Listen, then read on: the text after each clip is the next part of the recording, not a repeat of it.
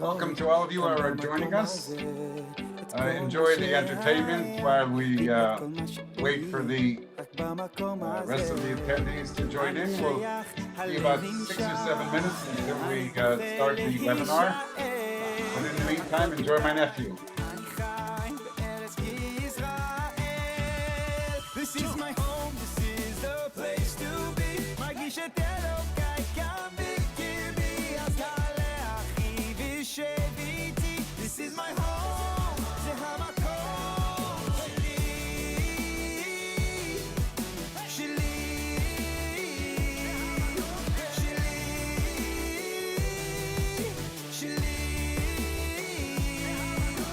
אני נושם טועם, אני שומע ורואה כאן במקום הזה את כל מה שהיה, יהיה את כל מה שעוד יהיה, רק במקום הזה אני שייך, הלב נמשך, אני בוחר להישאר, הכל כדאי, אני חי בארץ ישראל. This is my home, this is the place to be. Welcome to the webinar. We'll be starting in just a few minutes. More people log in.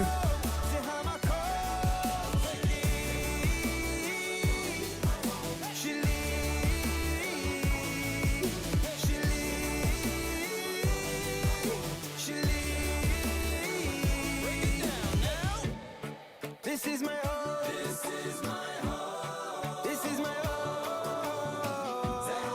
זה המקום. זה המקום. זה המקום. This is my home. This is my home. This is my home. זה המקום. This is my home. This is my home. This is my home. זה המקום. This is my home. This is my home.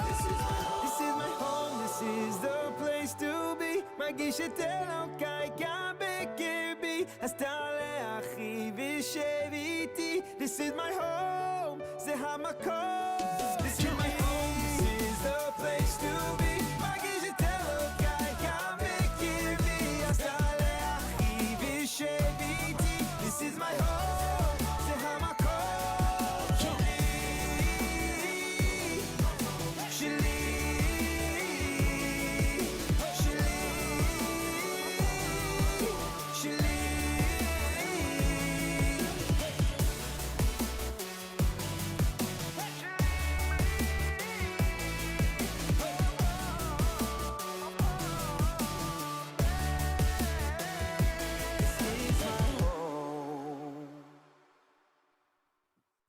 Hope you enjoyed that video. We thought it was quite appropriate for this webinar. This is my home. And we'll be starting in just a few minutes when a few more people log in.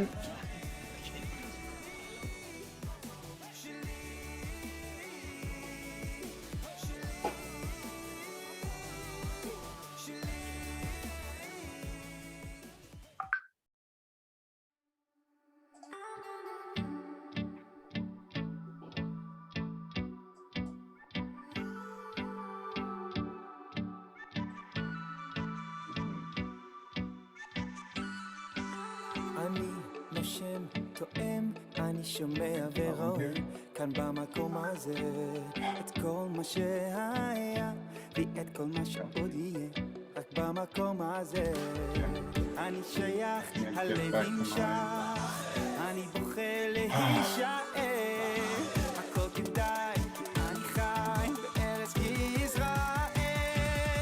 This is my home, this is the place to be. מרגיש את אלוקיי כאן בקרבי, אז תעלה אחי ושב איתי. This is my home, זה המקום שלי, שלי, שלי, שלי.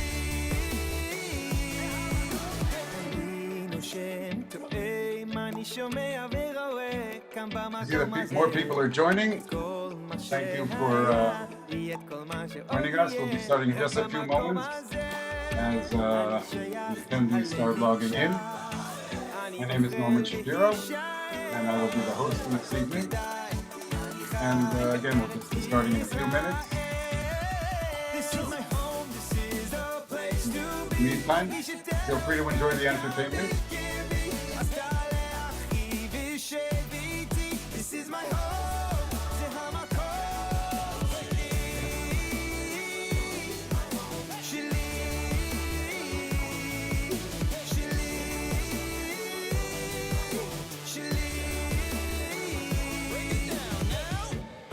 This is my home. This is my home. This is my home. זה המקום. זה המקום. זה המקום. This is my home. This is my home. This is my home. זה המקום. This is my home. This is my home. I see people coming in from Toronto. Welcome. This is my home. This is my home. This is my home. This is my home. This is the place to be. מרגיש את אלוקיי כאן בקרבי. אז תעלה אחי ושב איתי. This is my home. זה המקום. This is my home. This is the place to be. מרגיש את אלוקיי כאן בקרבי. אז תעלה אחי ושב איתי. This is my home. זה המקום שלי. שלי. Yes, you will be able to ask questions. Someone got that on the chat. Okay, I think we're just about ready to begin. And there we go. Good evening from Jerusalem. I am pleased to welcome all of you, over 230 people from 18 countries around the world, to this webinar on purchasing property in Israel from abroad. My name is Norman Shapiro. I'm a senior mortgage broker with First Israel Mortgages, and I will be your host for the webinar. I'm joined by our panelists, both of whom are distinguished professionals in the Israel real estate community, Yaniv Gabay, co-owner and agent of the Gabay Real Estate Agency, and Jane Ullman, real estate attorney and partner with the Rachlin Ullman Law Office. The webinar will feature presentations by the three of us on various aspects of purchasing property in Israel. You will see on the bottom of your screen a Q&A icon. We encourage you to write in questions that we will answer either between presentations or during the Q&A period. If we don't get to all the questions due to time constraints, we will do our best to answer the questions by email after the webinar.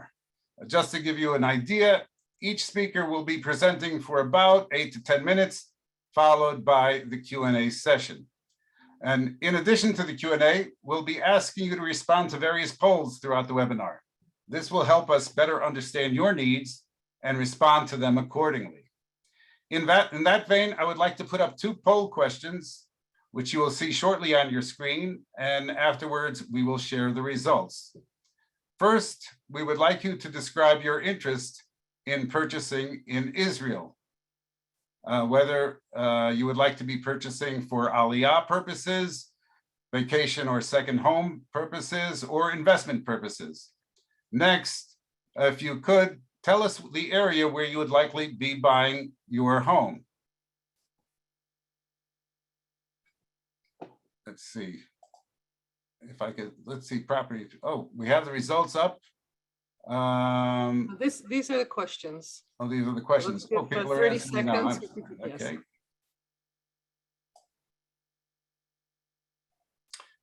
Just a reminder that in addition to the polls, we also have the Q&A, the icon at the bottom of your screen. So anytime during the presentations, feel free to open up that icon, ask your questions. And again, we'll be answering the questions either between presentations or during the Q&A sessions. So it looks like we've pretty much got the responses to the polls. Let's see. Pretty much Aliyah, 46%, vacation home, 36%, and investment, 40%. Very interesting. And in terms of the areas people are interested in, Jerusalem seems to be the greatest number, Beit Shemesh, Haifa, so it's a little of everything. And that's good to know. Terrific. All right. Moving ahead, appreciate your answering those polls, and we appreciate it if you do so when we bring them on the next time around. Without further ado, I'd like to introduce Yaniv Gabay, co-owner and agent at Gabay Real Estate, to speak about current trends in the Israeli real estate market. Yaniv, the mic is yours. Okay, hi everybody. My name is Yaniv Gabay. I've been a real estate broker agent for the past 12 years. I specialize in residential real estate in the Jerusalem area, Gush Etzion, and we have also expanded to other areas that have been attractive to the majority of our buyers, which are Anglo English-speaking buyers from abroad. I myself grew up in Teaneck, New Jersey, and I've lived here for a good portion of my life. So I have kind of a foot in both worlds, and it's allowed me to help kind of bridge the gap. And there certainly is a gap. I think the first question that we saw was the difference between purchasing as an Ole or a non-Ole, I guess as a current resident. A lot of that is really more the tax and legal implications, which I'll leave to the expertise of Jane. But some of that is just the barrier and the differences that people have in understanding how to work here with a real estate agent and what the purchase process looks like for an American, an Anglo, an Ole, whether they're buying the property for investment purposes or whether they're buying their home here in Israel. So if we're discussing the purchase process, the first thing you really have to understand is your financing. And that too, we're going to leave to the expertise of Norman, who is going to give you a real insight into understanding your financing and mortgages and everything else. There is the overview of knowing your purchase costs, right? And kind of working backwards. When you purchase a property here, you have a purchase tax, and you have other closing costs like your agent's fee and your lawyer's fee. So the purchase tax, again, I'm going to defer to Jane. I think she'll probably speak about that. Regarding the fees, so you have to pay an attorney here, and again, Jane will cover that as well. And you have to pay an agent here. In Israel, real estate agents take commission both from the buyer and from the seller. It's the only way that we can play nice amongst each other and kind of work together. There's no splitting of commission between agents. Agents, for the most part, will take a commission from the buyer up to 2% plus VAT, and from the seller up to 2% plus VAT.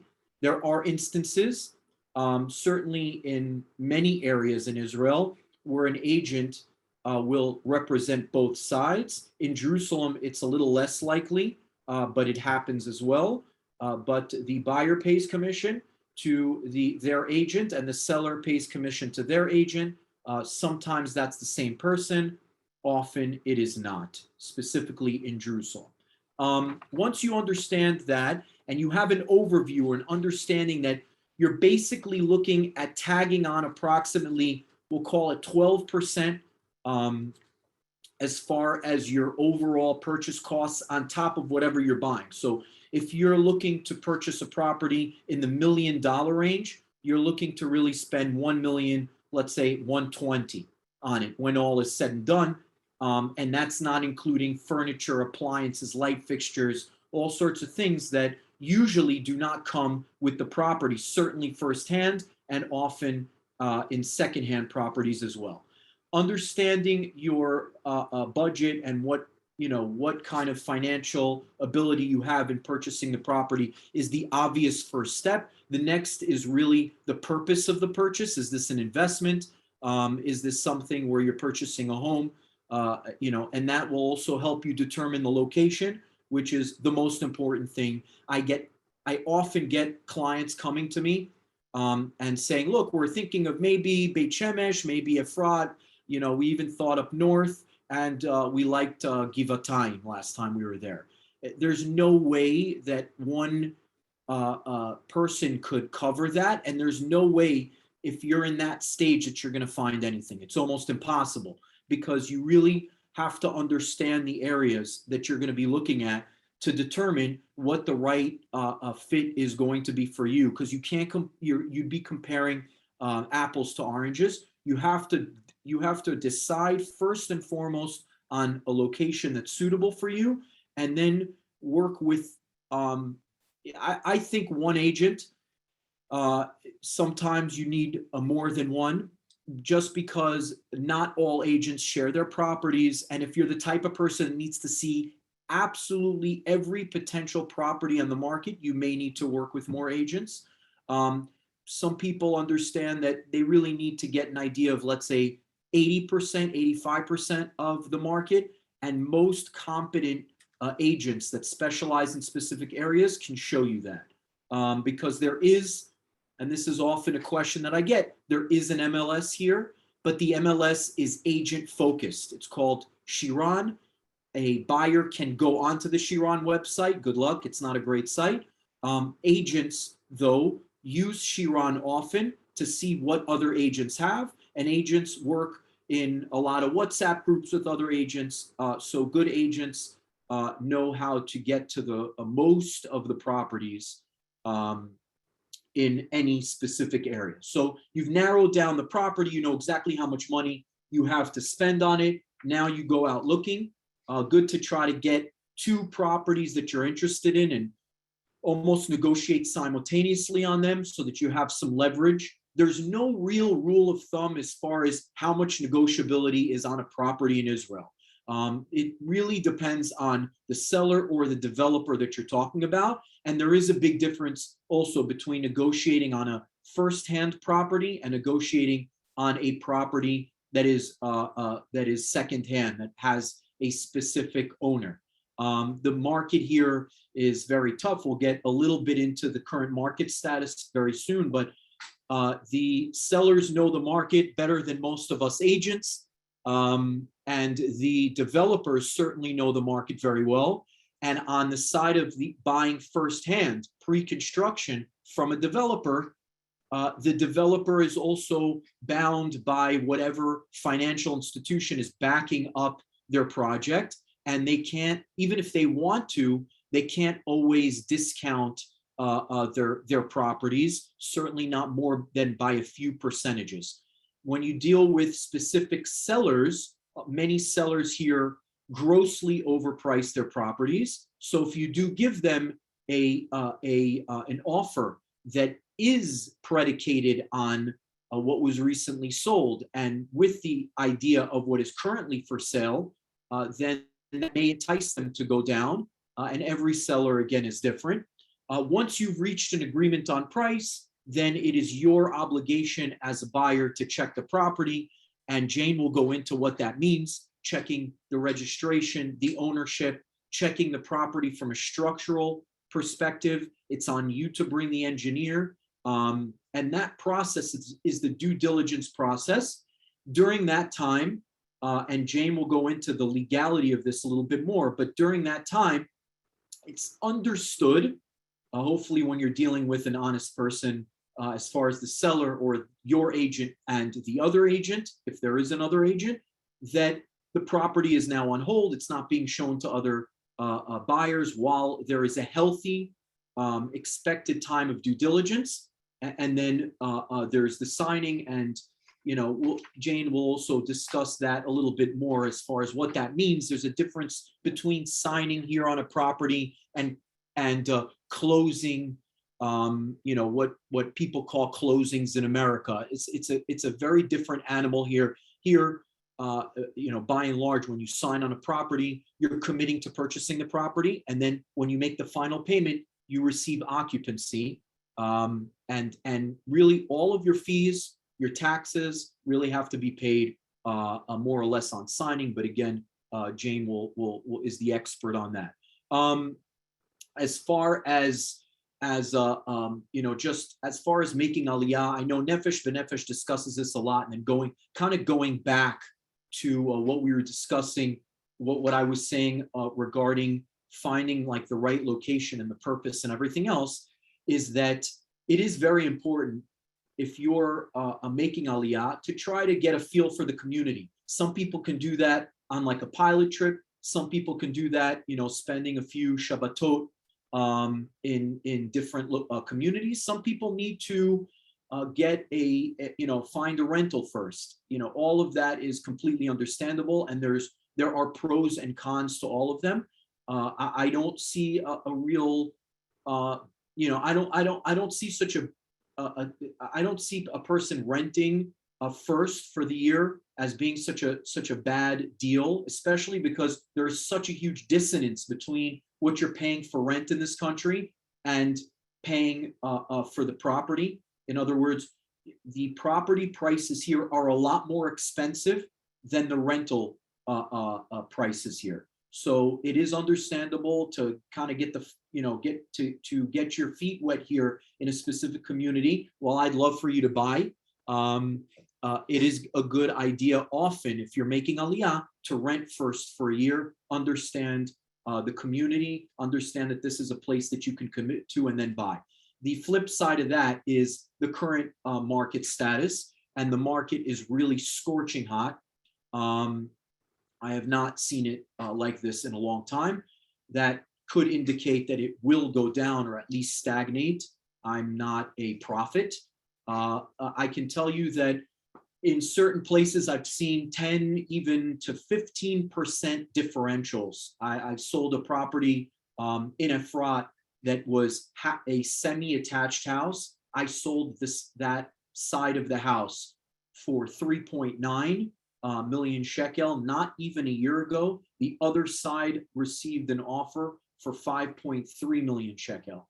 And the other side is exactly the same, in just as not great of a condition. So that's what we're dealing with. In Modi'in, we recently sold a property for 5.8 million shekel when the appraisal came in at, if I'm not mistaken, 5 million shekel. So those people had to come in with 800,000 shekel out of pocket.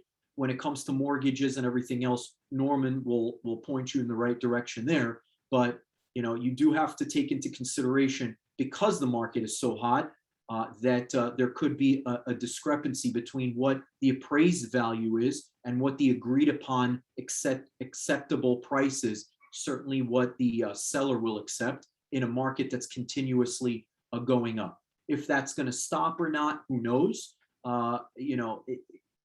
My feeling is that it won't necessarily go down, but it may cool off a bit as kind of the dust settles and people stop getting so overly anxious to buy here. But we still see, for every good property in an area that's attractive to English speakers, it's like 100-to-1 as far as the ratio between supply and demand, and I don't see that cooling down so soon.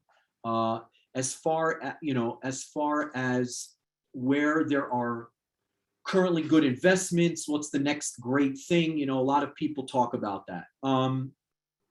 So what they're doing a lot in some of these cities all over Jerusalem, all over Israel, certainly cities that have real anchors as far as neighborhoods that have been consistently increasing in value, is they'll build outside that neighborhood. Modi'in's a great example. They'll sell the middle apartments for a discounted rate to people that qualify in a program called Mechir Lamishtaken. We don't have to get into that now. And then they'll sell the ground floor and penthouses for higher amounts of money. But when it's in the newer neighborhood, often pre-construction, if you understand what you're going into as far as the additional hidden costs that you pay pre-construction, like the linkage to the building index and other things, which we can get into privately later on if you want to ask me about that. But when you can find an area like that, and they have areas like that all over, Beit Shemesh, Modi'in, they had it in Efrat, that's gone for a long time now, and in different areas all over Israel, then you can potentially get a decent price, at least a price that is fair market value today. And then by the time that it's finished and built, it is going to be Bezrat Hashem worth more. The idea, we invested, our company invested in something like this specifically in a building like this where we had, there's a mall underneath. It's near a park. It had all sorts of things that were anchors that were interesting for that same population that had maybe some kids that had, an elderly couple, that had their kids living in a big house down the road, and now they're living in a nice apartment in this suburban neighborhood with all the facilities of a city, at their fingertips. Those type of deals, you can find them in different areas, are, I think, always good investments. So I think that we kind of hit the 10-minute mark. So if you have any questions, I'll be happy to field them. I think we have a Q&A after, right? After everybody's speaking, Norman? Yes, we do have a Q&A after. I did have one question that was interesting that I wanted to bring up right now. I thought you can answer is, let's see, it was over here. And somebody asked about the difference between, in terms of agents' fees, between buying a pre-existing building or buying a, on paper, a construction. So the real answer to that is that if you're purchasing pre-construction, you could technically get to the developer without using an agent. Okay. Dealing with that developer and negotiating and everything else, if you had a friend that already did that, maybe you can do that as well without an agent and fairly decently. And maybe you won't find the real value there depending on the agent that you're using. I think that we bring value. I think I've seen that we have brought value to our clients when coming pre-construction and purchasing through us pre-construction. Most agents understand that and will somewhat discount their commission if you're coming and purchasing pre-construction through them. And they'll be able to also kind of centralize all the different pre-construction projects for you. And if they're not doing that, they're really not adding value. But they should be saying, look, I'm going to show you all the projects, negotiate the best deal for you. And that's not always, lowering the price. Sometimes it's throwing things in, it's adding more electric outlet. There are all sorts of things, getting you better payment terms. So an agent can definitely add value. Often they'll understand that you could have gone directly to the sales manager and not paid commission and given some sort of discount on their commission. Hopefully this isn't going out to agents, or agents aren't listening to this. Very good. Thank you so much, Yaniv, for that enlightening presentation. Thank you for answering that question as well. At this point, I'd like to take a moment and bring up another poll, which will touch on legal issues, and maybe Jane could respond to them. First, we're going to ask about your familiarity with the Israel property purchase tax, a very important part of the cost of buying in Israel. And secondly, well, we'd like to know what type of property you would likely be buying. Would it be a new build, an existing apartment, or a single family residence, or you're not sure yet? If you could take a moment and answer those poll questions and we could review them. I remind you again that if you have any questions, feel free to use that Q&A icon at the bottom of your screen. I see some people are using the chat, and while we appreciate asking questions, if you can put it into the Q&A, it would help us put it together, all those questions for the Q&A session, and we'll make it a little easy for all of us. But if we can't answer the questions in the chat, we'll do that as well. Denise, if you could bring up those poll results and see how they're going. Okay, so most people are not familiar with the property purchase tax, a very important segment, and Jane will touch on that. And in terms of the kind of property, most people are undecided, it seems. But other than that, we have most people secondly, looking at existing apartments. Thank you very much for answering those poll questions. Appreciate it very much. And now I would like to turn to Jane Ullman, real estate attorney and partner with the Rockland Ullman Law Office. Jane, take it away. Thank you. Thank you. Good evening for those in Israel. Good whatever time of the day is, whoever is outside of Israel.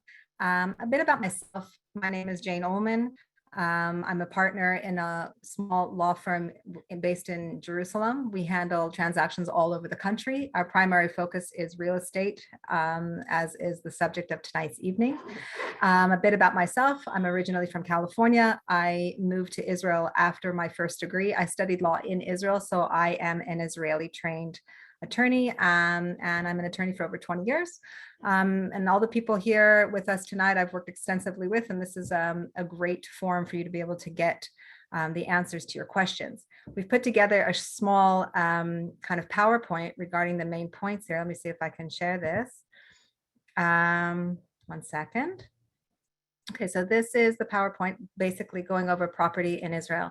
Just to give an overview, in Israel, there are two main types of transaction structures that we mostly deal with, not only, but mainly. So it's either secondhand deals, which is buying something that was previously owned, not new construction. So that's already existing and you buy it from a purchaser, a private purchaser, or a new build. Which Yaniv touched on, and that's also known as buying on plans, buying on paper, buying from a contractor, buying from a kablan. Those are all the terms that you'll hear used. So I'm going to run through the basic structures of how each of those deals works, because it's very different from what you are likely used to outside of the country. And then also touch on the financials, which is obviously of great interest to people. So let's just go through that. Beginning with secondhand purchase. I have a flyer, by the way, on both of these, which I'm sure that Norman will make available to whomever wants it later. Buying an existing property is usually a process of 3 to 6 months.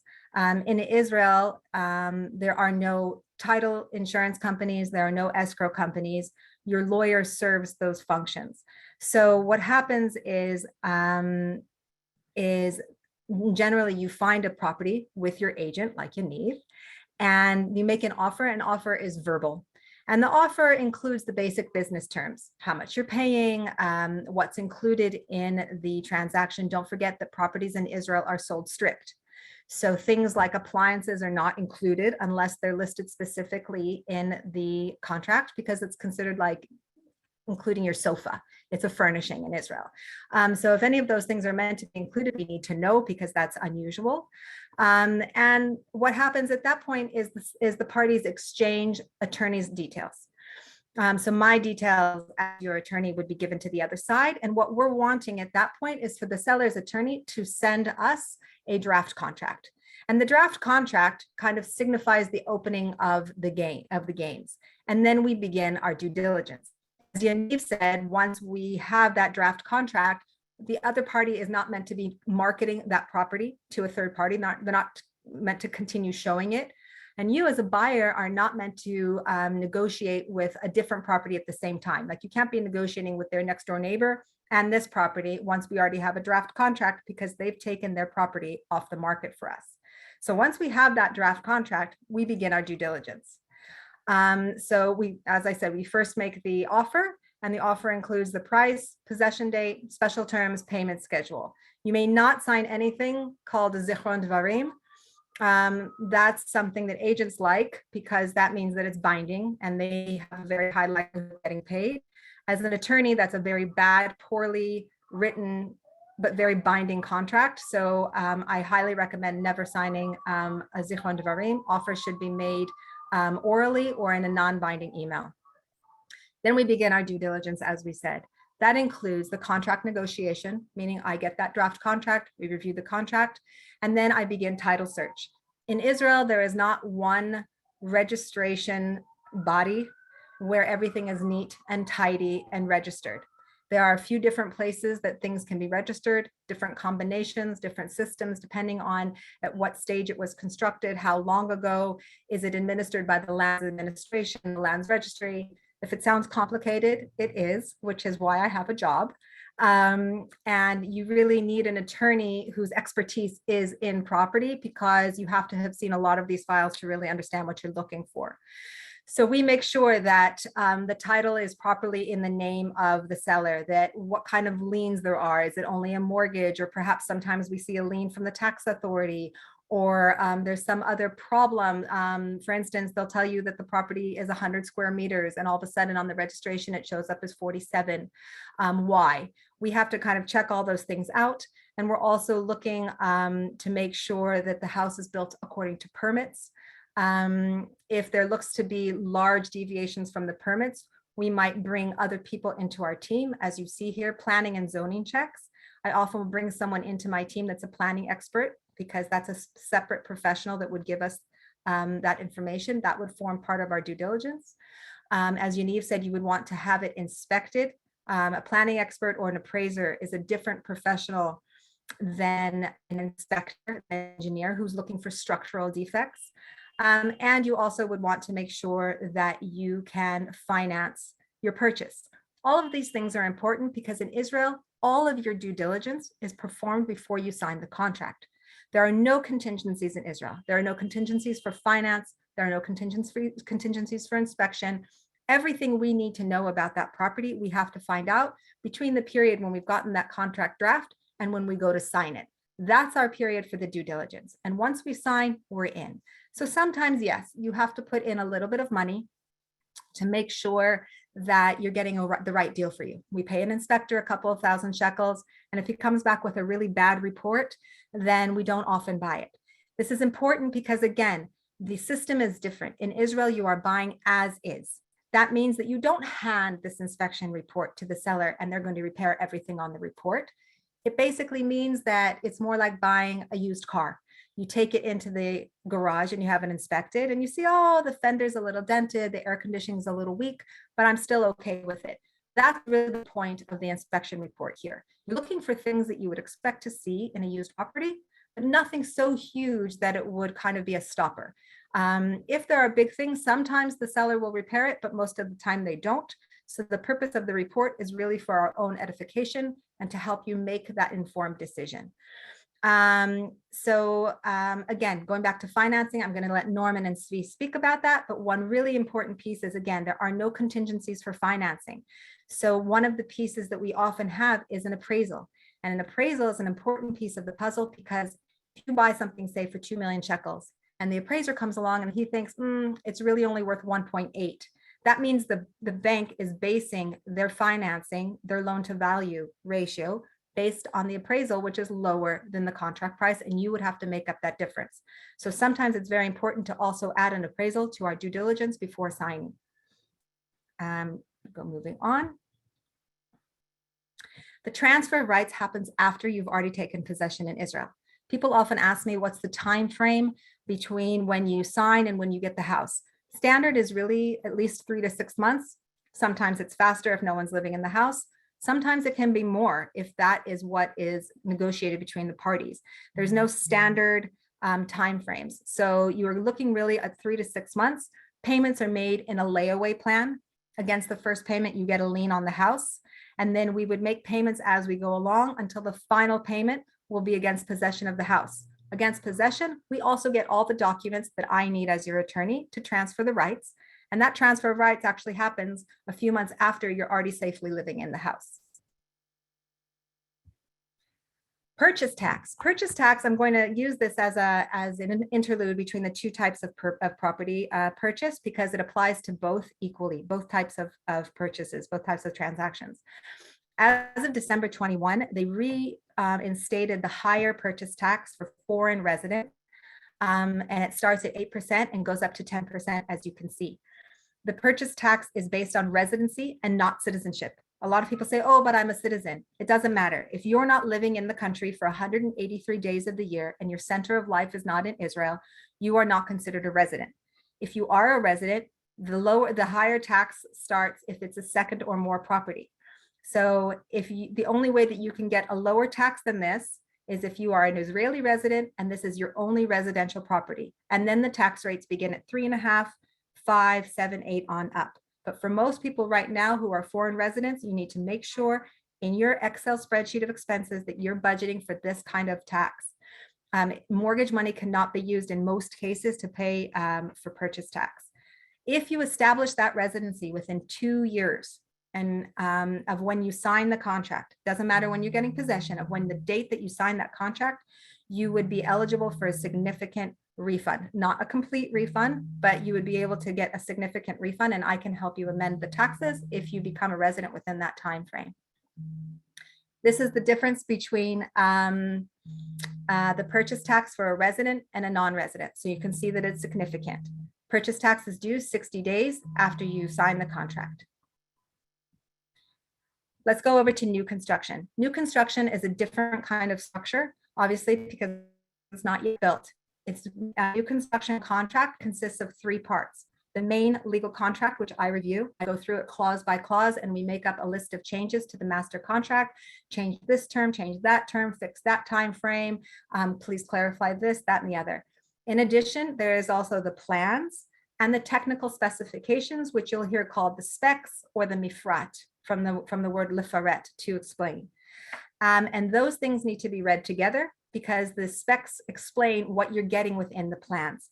For instance, it can look like this 4-bedroom apartment, but again, it's not what you're used to. It might not come with air conditioning systems. It probably has a very minimal kitchen, probably doesn't have window screens.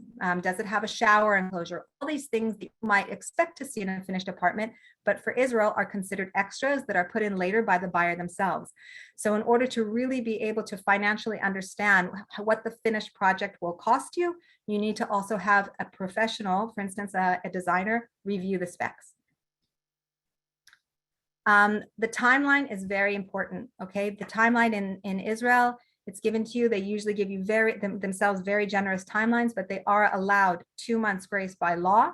And also, if you make any changes to the plans, they can add on extra time. That's a favorite thing that they like to do. If they're late over that time frame, they're supposed to pay you compensation. So they try not to pay compensation by a lot of different methods, one of which is every time you order a change, they add extra time. Now, this third thing down here where it says linked to the building index, the Madad, is one of the most important pieces of information you need to understand about buying new construction in the current market. The current market has seen an incredible increase in the building index. That's an inflationary index, much like the CPI, but it's meant to reflect the international price of steel and other building materials. Historically, it was fairly static. It would go up between 1 and 3% a year. And in 2021, it went up 6%.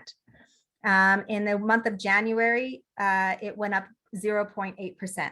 What that means is like this: if you buy something for 1 million shekel and you paid 200,000 shekels as your first payment, and the contractor tells you very generously that you can leave the other 80%, the other 800,000 until the end, until when it's ready in 2 years, that 800,000 remains linked to an inflationary index. So whatever the difference is between the base index when you started and the last index when you finish paying for it, that proportional rise will be attributed to your cost. So it means that your cost will go up.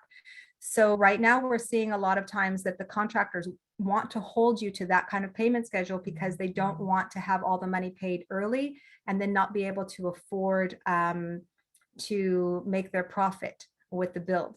So an important piece of this puzzle right now between your agent and your attorney and your mortgage broker is for us to properly negotiate your payment schedule to try to hedge against the madad and that risk as much as possible. It's not usually as big of a risk as we've seen right now, but it's a very, very important piece of a puzzle. If you know that you only have that 1 million shekels to buy something, you might want to consider trying to prepay as soon as possible so that you don't get hit with the madad. The reason why you can safely prepay in new construction, for the most part, again, there are exceptions to this rule, but for the most part, is that because the majority of new construction contracts are guaranteed by bank guarantees. That means that your money is paid into a special protected account that the contractor has opened with a lending bank. And against each payment that you make, you get either an insurance policy or a bank guarantee. So if the contractor, God forbid, were to go under, the bank would either bring someone in to finish the project, or they would return your money, which is sitting there protected with the bank guarantee. So that's your protection there. But this whole concept of the index is very, very unusual and unfamiliar to people outside of Israel. And it's very important for you to take into account that it could attribute significantly to a rise in your price. Plans, as I said, you have to read the plans together with the specs to really understand what those numbers mean. We always recommend trying to measure out a room in your house that you're familiar with so you can really kind of feel the space. Specifications, again, you want to make sure you understand what you're getting, have someone help you review it so that if you need to make changes, you can also get a feel for how much that will add to your cost. So at the end of the day, you really are making an informed decision. A lot of people ask me, this is what are the extra costs? This is my kind of list of all the potential costs that you could incur: agent, lawyer, mortgage broker, upgrades and changes, purchase tax, as I said, on the other side, an engineer if you're doing secondhand purchase, appraiser, you might have an interior designer. It depends on what kind of team you're building for yourself in order to really make that decision. And these are all of, this is kind of the wish list or the options list of who can be on your team and what the approximate costs can be. So right now, speaking of money, I'm going to hand it over back to Norman and Svi so they can talk to you about mortgages. Thank you very much, Jane. I appreciate that. Actually, I have two questions which I'd like to pose to you now, Jane. First question is there any difference between, in terms of purchase tax or anything else, legally speaking, between buying on either side of the green line? Over the green line, there is a quirk in the law that if you are neither a resident or a citizen, so their citizenship is important, then technically the law doesn't apply to you. The purchase law doesn't apply to you. So it's not an exemption. A lot of people call it an exemption. It's not really an exemption. It's really that the law doesn't apply to someone who's neither a citizen nor a resident. So you can get away at this point in time, and things are subject to change when it comes to tax. You can get away with not paying the purchase tax. However, you need to be careful because if you have Aliyah plans kind of in the near future and you're considering becoming a resident or a citizen in the near future in the next couple of years, that can come back and bite you. And it can be very expensive because they can retroactively kind of levy that tax on you. So it's really only worth filing as someone who doesn't, for the law that doesn't apply to them, to not pay it if you really have no plans in the near future to be in Israel. Oh, thanks, I appreciate that. And one more question regarding an area that you buy in. Somebody asked about buying church land as opposed to non-church land. That could take forever to discuss, but how about a brief synopsis? You know what, I'm actually going to let Yaniv answer that because he has a great video on it. And I know the answer, but I think that he actually has a better spiel than I do. So I'm going to pass that one over to Yaniv. Yaniv, there you go. I'm sorry, what's the question again? Church land. Church land versus non-church land. A quick synopsis. It could be an hour review, I'm sure. Yeah, church land versus not church land. It depends on what you're paying at the end of the day. There's a price for everything. So understanding what you're buying, that you're buying a property that is depreciating in value as the years go by. Understanding, you have to understand the type of lease and who your lease is with. Many of what's considered to be church land today is really leased land to a Israeli company. So you really have to understand who you're leasing it from and that you're purchasing the property knowing that every year that goes by, the property depreciates in value as it gets closer and closer to the time of that unknown. That's the short. What I'll just add to that is that some of the best areas in Jerusalem are on church land. I have some clients that aren't worried about leaving their legacy to their heirs. So they're really happy to kind of get a good price on a piece of property in a great area. And I have other clients who are much more worried about, maintaining the value of that property. And at that point, it might not be for them. So it really kind of depends on what your agenda is in buying that property. Thank you, guys, for double teaming on the answer about church property. And Jane, was really a great presentation. As you can see, there are significant legal issues which need to be addressed when you consider purchasing a property in Israel. And I think you would be well served to speak with an Israeli real estate attorney early in the process. Before moving on to the topic of mortgages, I'd like you to take a look at the next two poll questions. And if you can answer them, it would be very much appreciative. First, we'd ask, if you do purchase a property in Israel, would you be interested in financing? And secondly, could you give us some idea of how far along you are in the process? Have you already signed the purchase contract within the next 6 months, 3 years, or more than 3 years?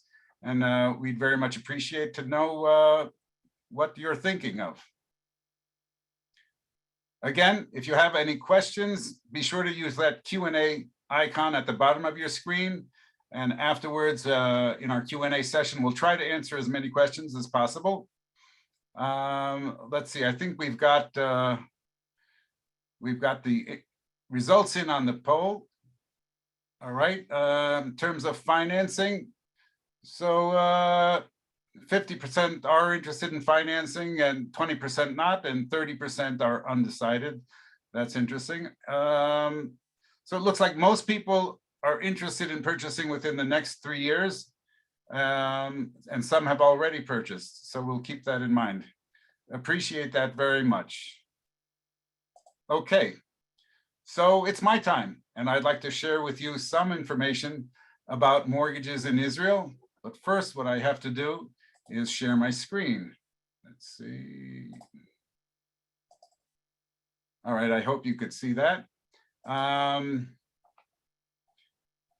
All right, I'd like to touch upon 3 specific areas as part of my presentation. Number 1, the timing of the mortgage application, requirements for a mortgage approval in Israel, and then some general tips on the mortgage process. So first question is, why is approval prior to signing important? So the first piece of information that you should know, and which Jane already touched upon, is that in Israel, there is no mortgage contingency clause. And once you sign a purchase contract, you are basically fully obligated to the purchase.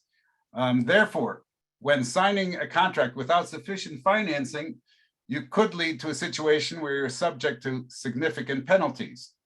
That being the case, unless you're in a position where mortgage is not critical to the process, or you are absolutely certain that you will be approved for a mortgage, which clearly means that you have never been involved in the Israel mortgage process, you would be best served to have a mortgage approval in place before signing any purchase contract.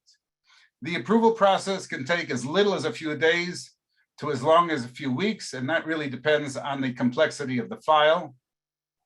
Now, in the event financing is not critical, you should know that funding a mortgage could take as long as 90 days. So you should start the application process probably 3 to 4 months prior to the required funding date. Now, in terms of getting an approval, there are 2 main hurdles that you need to overcome in order to qualify for a mortgage. Number 1 is having enough cash to cover the required down payment. And secondly, enough income from the bank's perspective to cover the expected mortgage payments. Both of these requirements are governed by Bank of Israel regulations and will be the same at all regulated banks.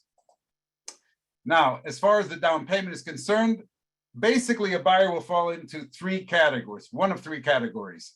Either Israeli residents purchasing their sole or only property, Israeli residents who already own property, and non-residents buying any property. In terms of the down payment for each group of buyers, the Israeli residents purchasing their only property are required to put down a minimum of 25% of the property value, while Israeli residents purchasing a second property or non-Israeli residents will have a minimum down payment requirement of 50%. Now, Jane touched on something as well before that's pertinent here, is that when we talk about value of the property, it's the lower of the purchase price or the appraised value. So that's why, as Jane said before, it's really quite important. If financing is important to the process, that you have an appraisal done and understand that the appraisal could have a significant impact on the financing. And just 2 comments as I've put on the bottom. You should know that the reason I put up Israeli residents, even though most of you are non-Israeli residents, is that making Aliyah can impact the amount of financing that you'll get. So this could impact the timing of your purchase. And finally, there are exceptions to these minimum down payment requirements. And if that is something important to you and you feel that you need more than the numbers I've shown for the down payments, you could contact. It's not available for every scenario, but there are times when we could help in that area. Next is the income requirements. So once you've concluded that you can make the down payment, you can take a look at the income requirement. The debt to income requirement, or the DTI, is the amount of mortgage payments relative to your income, and it's limited to 40%. So in other words, when the bank is considering eligibility, they will estimate the monthly mortgage payments and will only approve a loan when those payments are no greater than 40% of the borrower's net available monthly income. Another way to look at it is you must have monthly income that is 2.5 times greater than the monthly mortgage payments. Now, I don't want to get bogged down with numbers. I've included several screens that review the calculations that the bank go through, and I'll give it to you in brief. You calculate your monthly payments using any online mortgage calculator. And in this case, I've used a scenario that comes to approximately 11,000 shekel in mortgage payments. Then you could calculate your income by taking your gross income, deducting taxes, regular deductions, and regular recurring monthly debt payments like car loans or mortgages. And in this example, we've come to a net available income of $12,700, or about 40,000 shekels per month. And with 11,000 shekel of expected monthly payments and 40,000 shekel of net available income, the DTI is equal to 28%, which is well under the 40% maximum. Now, that's a really brief review of what could be a very complicated calculation, and it really deserves a lot more, and I'm happy to discuss that with anybody who would like to review their income to see if they would qualify for the mortgage. The next question is, what would qualify as income? And basically, in order to satisfy the bank's income requirements, any income that appears on your year-end tax return, whether it be employment or investment income, can be included in the calculation. So if you are retired but have a fair amount of investment income, it could be sufficient to qualify for mortgage in Israel. In addition, any income that can be documented as recurring income but is not required to be on a year-end tax return may also be included in the calculation. On the other hand, and as an aside, you should understand that if you have significant assets that do not generate income, let's say several properties that are not rented out, the banks will not consider this in a meaningful way towards the approval process. So there you have it. Those are the qualifications for approval in a real nutshell. I'd like to add a few additional comments that might be helpful for you to note. Number one, generally speaking, banks require a life insurance policy to cover the principal balance of the mortgage.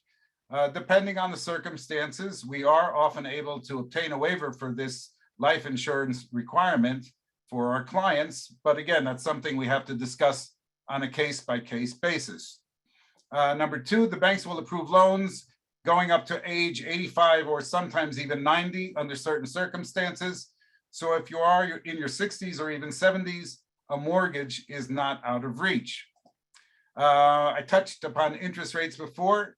There are a wide range of mortgage products in Israel. They can be shekel or foreign currency based, fixed or adjustable, linked to inflation or not.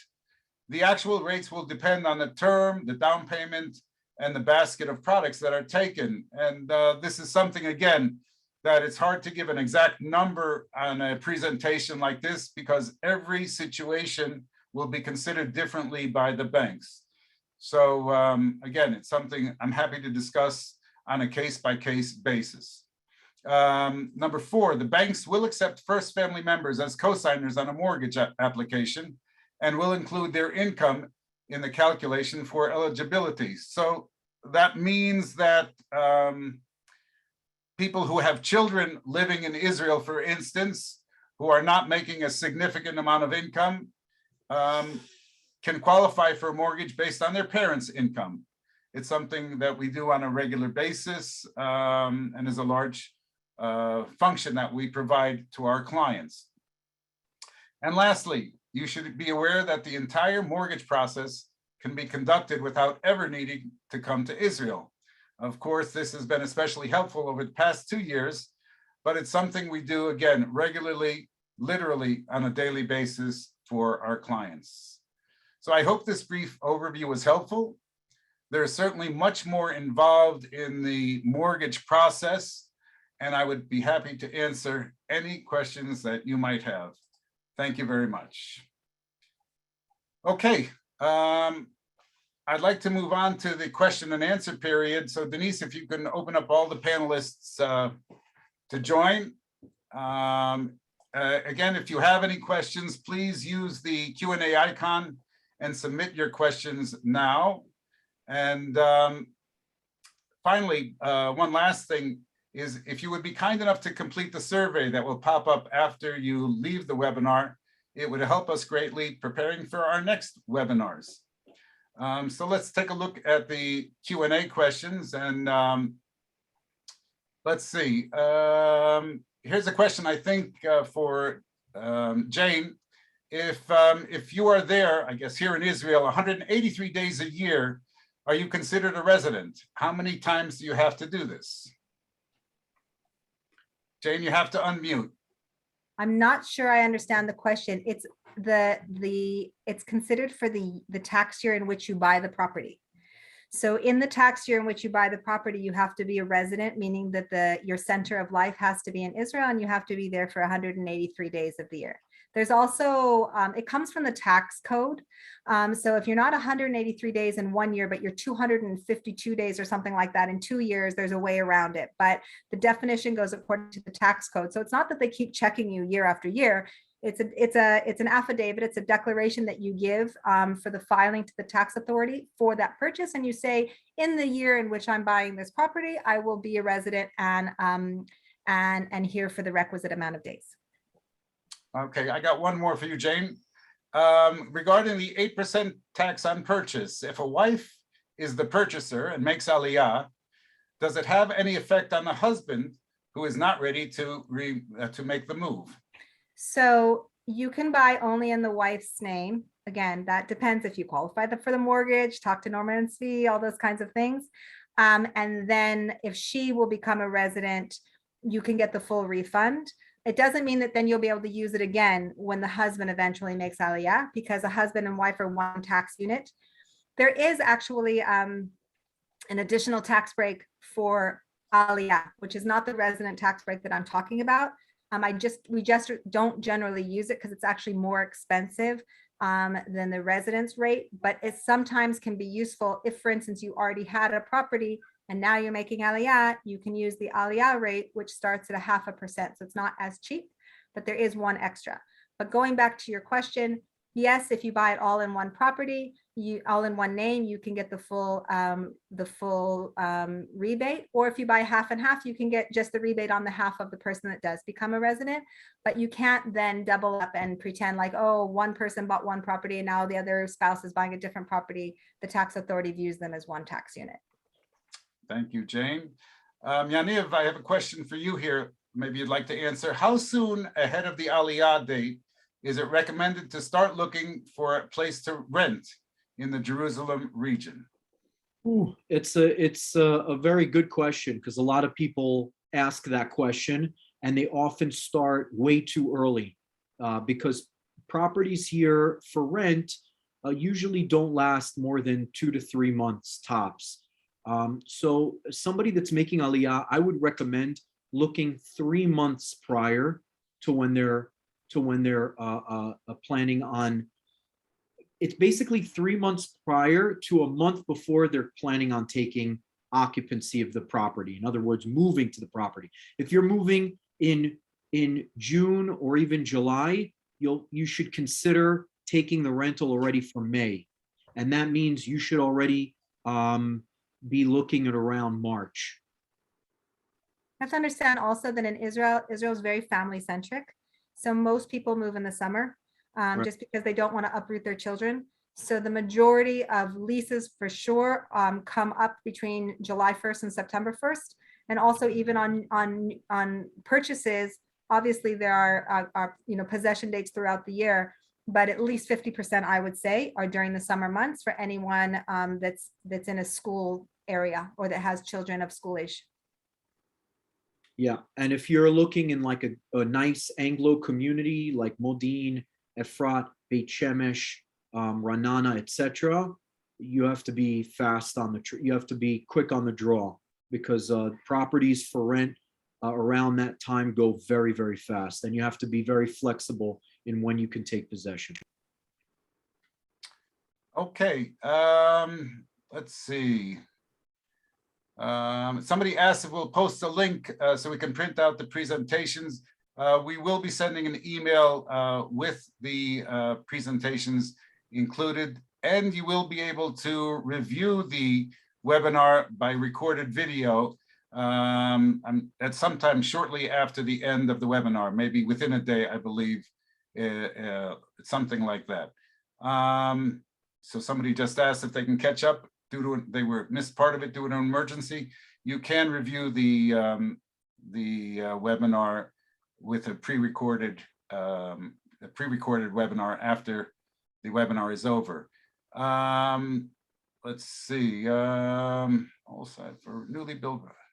Tzvi, this is a question for you. For a newly built project, I'm sorry, Tzvi Shapiro happens to be my son and is a co-founder of First Israel Mortgages. Tzvi, are you there? I am here. Can you hear me? For a newly built project, if a bank approves the mortgage and the contractor delays delivery, what will happen? Well, the bank will still provide the financing for the purchase. The real question that needs to be considered is how this affects the buyer in terms of whether or not the buyer had to lay out cost of living as he didn't have his keys as per the contract, and a good attorney will be able to negotiate terms that protect the buyer in that regard. The second thing to consider that you touched upon is the madad, to what extent the builder's inflation index affected the purchase price, and how is the buyer protected. But as far as the bank is concerned, the bank will, assuming there's no change in the income or in the regulations, the bank will fund the purchase. And just to point out, the bank will not fund the madad, meaning if the purchase price is 4 million shekels plus the inflation index, and the inflationary index makes that 4 million shekels over the course of 3 years turn into 4.3 million shekels, you are not able to finance that other 300,000 shekels. Thank you, Tzvi, for that answer. We do have a lot of questions that were unanswered. We're going to try to answer them in emails following the end of the webinar. We've really run a bit over time. I hope you've all enjoyed the webinar. And I'm sorry if we didn't answer any questions at the moment, but we will be putting up our contact details. You could email us directly with any questions you might have.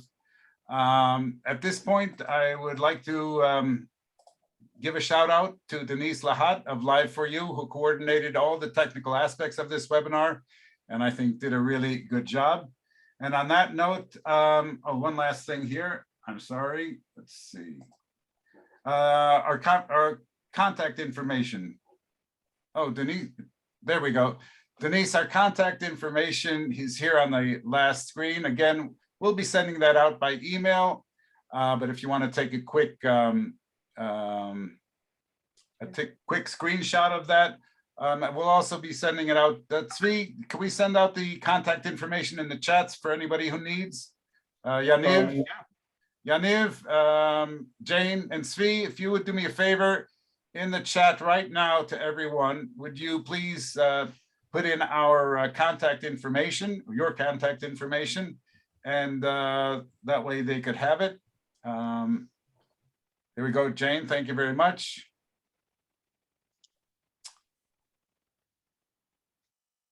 Yaniv, are you putting it up?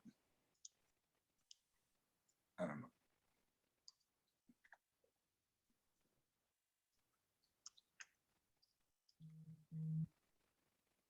know. Yaniv is still there?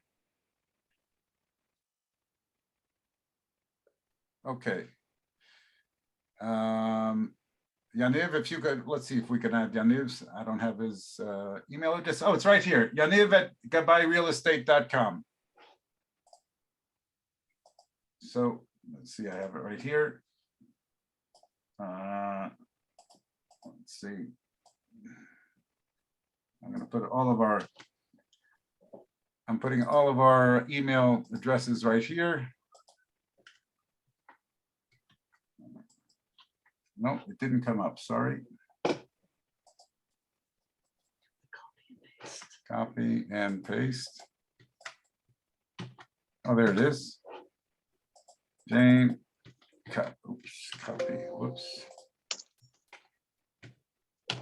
Copy and paste. And copy and paste.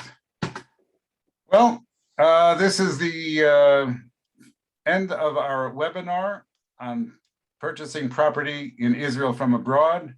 I really hope you all enjoyed the webinar. If you would be so kind as to answer the survey that'll come up at the end, we very much appreciate it. Have a good evening. Be well. Bye-bye.